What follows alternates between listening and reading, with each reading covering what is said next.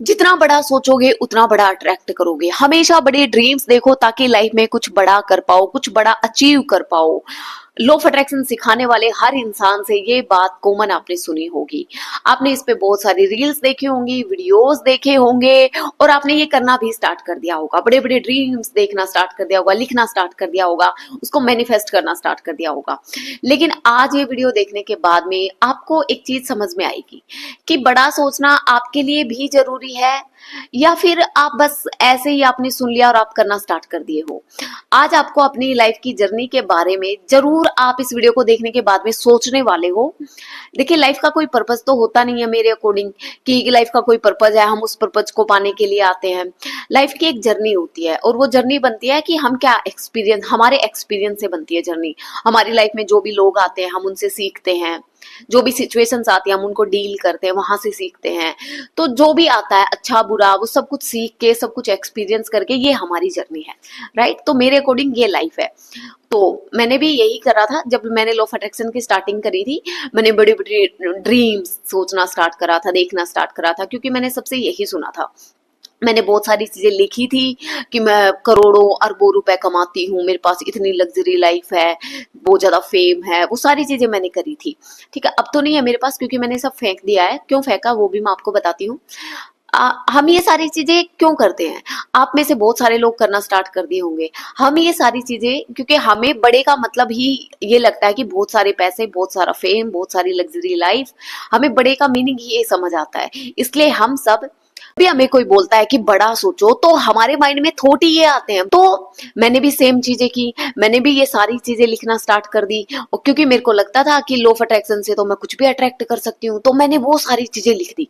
बाद में मुझे धीरे धीरे धीरे 3 साल बाद मुझे समझ आया, मैं धीरे धीरे समझना स्टार्ट करी कि वो चीजें सिर्फ मैं इसलिए करती हूँ क्योंकि मेरे को लगता है बड़ा यही होता है। मेरे को बस ये लगता है कि हाँ सब देखेंगे कि हाँ मैंने कुछ अचीव करा है, मैंने कुछ अपनी लाइफ में पाया है, इसलिए मैंने वो सारी चीजें लिख दी। लेकिन जो रियल में मुझे चाहिए था, जो मुझे सुकून देता है, वो तो इनमें से कुछ है ही नहीं। इनमें से मेरी जो जर्नी है ना, जो मुझे चाहिए मेरी लाइफ में, वो तो इनमें से कुछ है ही नहीं। तो अगर आपको ऐसा लगता है ना कि आप भी बड़ा कुछ ऐसा सोच रहे हो, आप ऐसा कुछ कर रहे हो, तो मान लो आपका मैनिफेस्ट हो भी जाए, मैनिफेस्ट तो वो हो जाएगा, लेकिन वो आपको सुकून नहीं देगा। आप उसके बाद में भी आपके अंदर जो खालीपन महसूस होगा ना कि आपको अब भी कुछ चाहिए, वो जो चीज है ना, वो आपकी लाइफ की जर्नी है। वो चीज वो है जो आपको रियल में जिसकी जरूरत है, जो आपके लिए है। और जिस दिन आप वो चीज करोगे ना, आपको सुकून मिलना स्टार्ट हो जाएगा। फिर उसके आगे ये करोड़ों अरबों रुपए भी आपको इतने अच्छे नहीं लगेंगे जितना वो अच्छी लगेगी जो आपको सुकून देती है, क्योंकि आपकी रियल जरूरत है, वो आपके अंदर की नीड है, वो आपकी सोल की जरूरत है, ऐसा समझना है।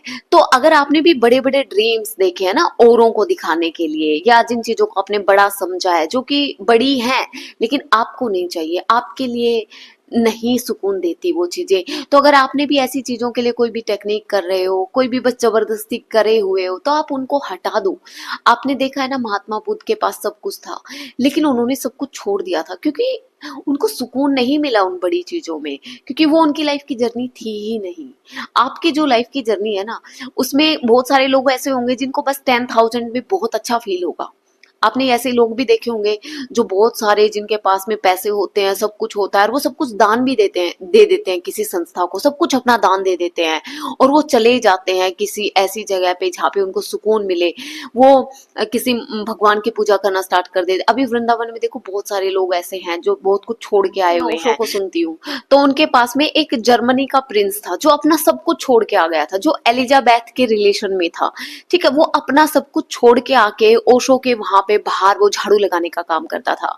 उसके पास किस चीज की कमी थी? इस दुनिया में सबकी अलग अलग जर्नी है, राइट। किसी को कुछ चाहिए, किसी को कुछ चाहिए, किसी को किसी चीज में सुकून मिलता है, किसी को दूसरी चीज में सुकून मिलता है।